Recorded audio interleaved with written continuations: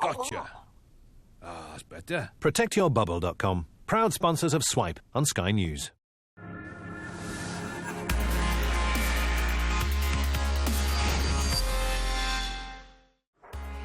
You're watching Swipe. On the show this week, Help Me Obi-Wan Kenobi. Are holograms finally going to be part of our everyday lives? Battle of the Bricks, the new Lego game taking on Minecraft. And Hadoukens and Sonic booms for everyone. Street Fighter comes to PS4 in our games review.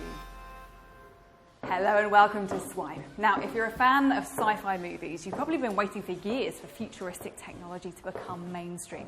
Jetpacks, hoverboards and lightsabers might not be coming to your home anytime soon, but holograms, maybe.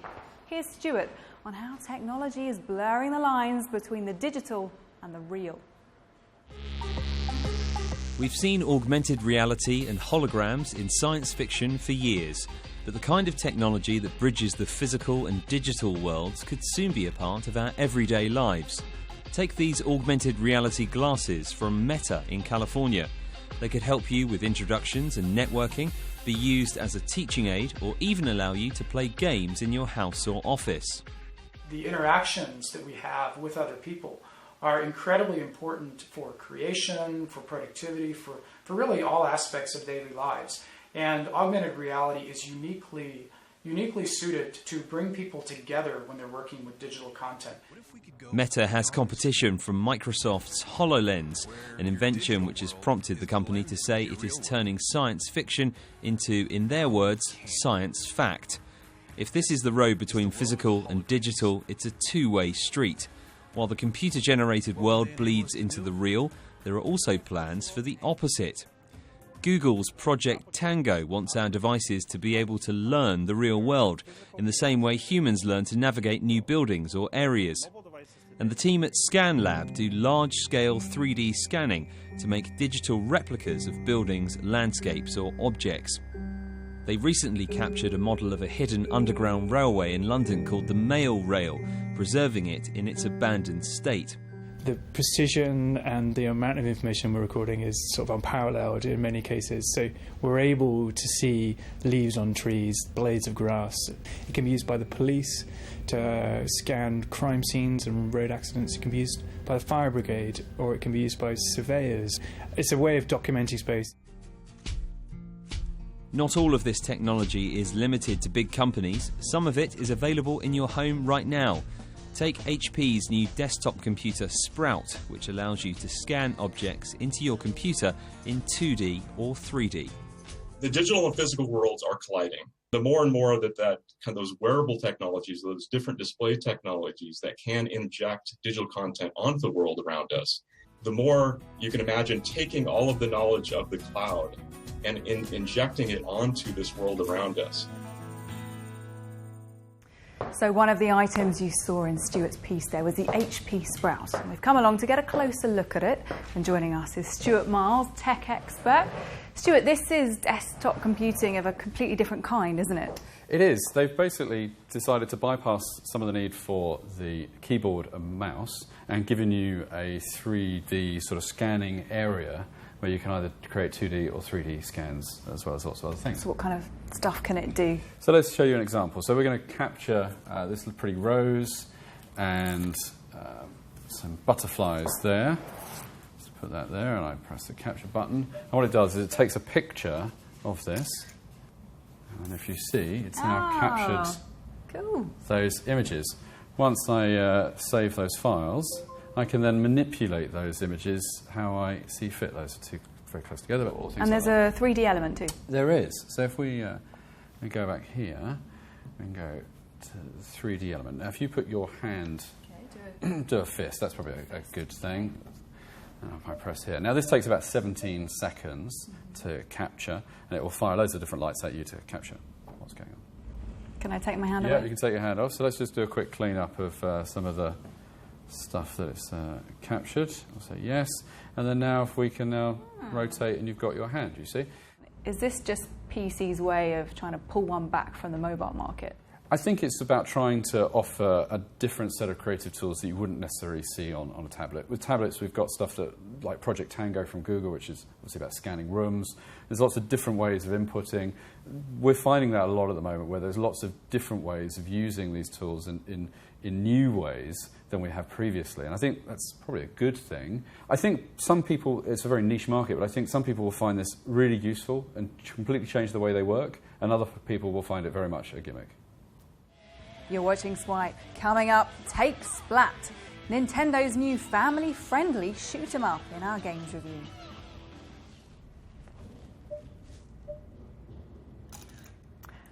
But first, here's a roundup of some of this week's other tech news.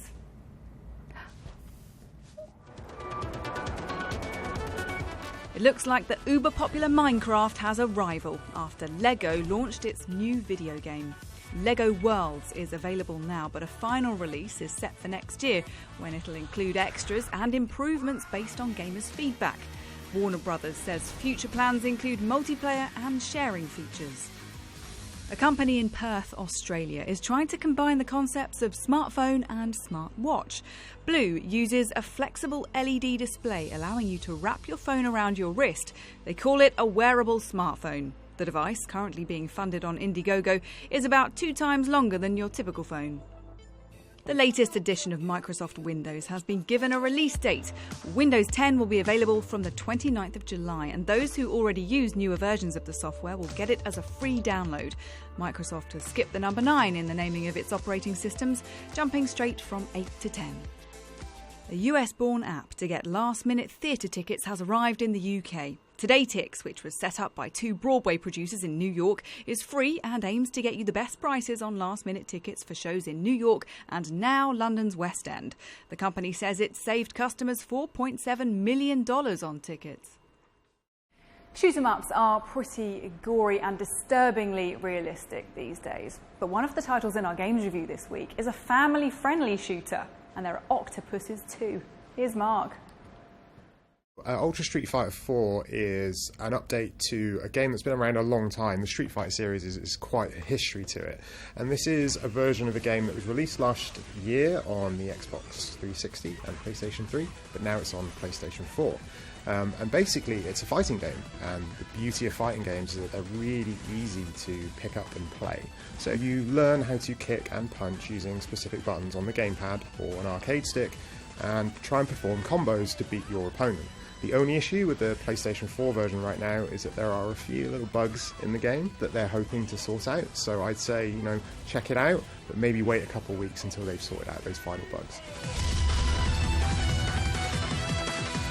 So, Heroes of the Storm is a multiplayer online battle arena game, otherwise known as a MOBA. Now, for the uninitiated, this is quite a deep set of games, primarily led by a game called League of Legends. This is Blizzard's take on that genre of games, and essentially it's a 5v5 battle arena game where you team up with other players online. It's free to play, and the idea is it's sort of a mix of strategy and action, and you basically go through the game trying to defeat your opponents. Part of the reason this game is doing so well, having just launched, is that people can get into it very, very easily. So this one is worth checking out. That said, some people are sort of lamenting the fact that, perhaps it's a bit too casual, but I think the accessibility more than makes up for it. So, Splatoon is an interesting game because this is a game from Nintendo, traditionally known for Mario and Zelda and games like that, quite family-friendly games. But Splatoon is its take on a shooter.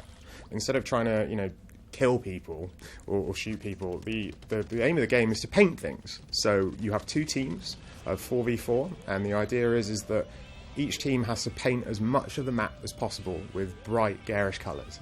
Some of the weapons in the game are like rollers that allow you to paint paths, because you play as a character that can transform into a squid. The best thing about Splatoon is just that for that 3-minute burst of playing a game online with other people, it nails it more than I think perhaps any other shooter does. So if you're after something that is not violent at all in the slightest, is super colourful, is super fun, something that you can play with the entire family, then I would absolutely check out Splatoon.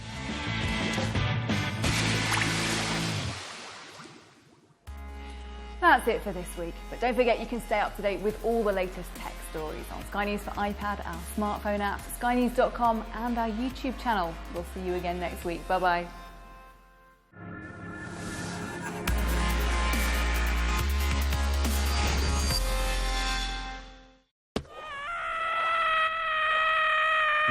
Gotcha. Ah, that's better. ProtectYourBubble.com. Proud sponsors of Swipe on Sky News.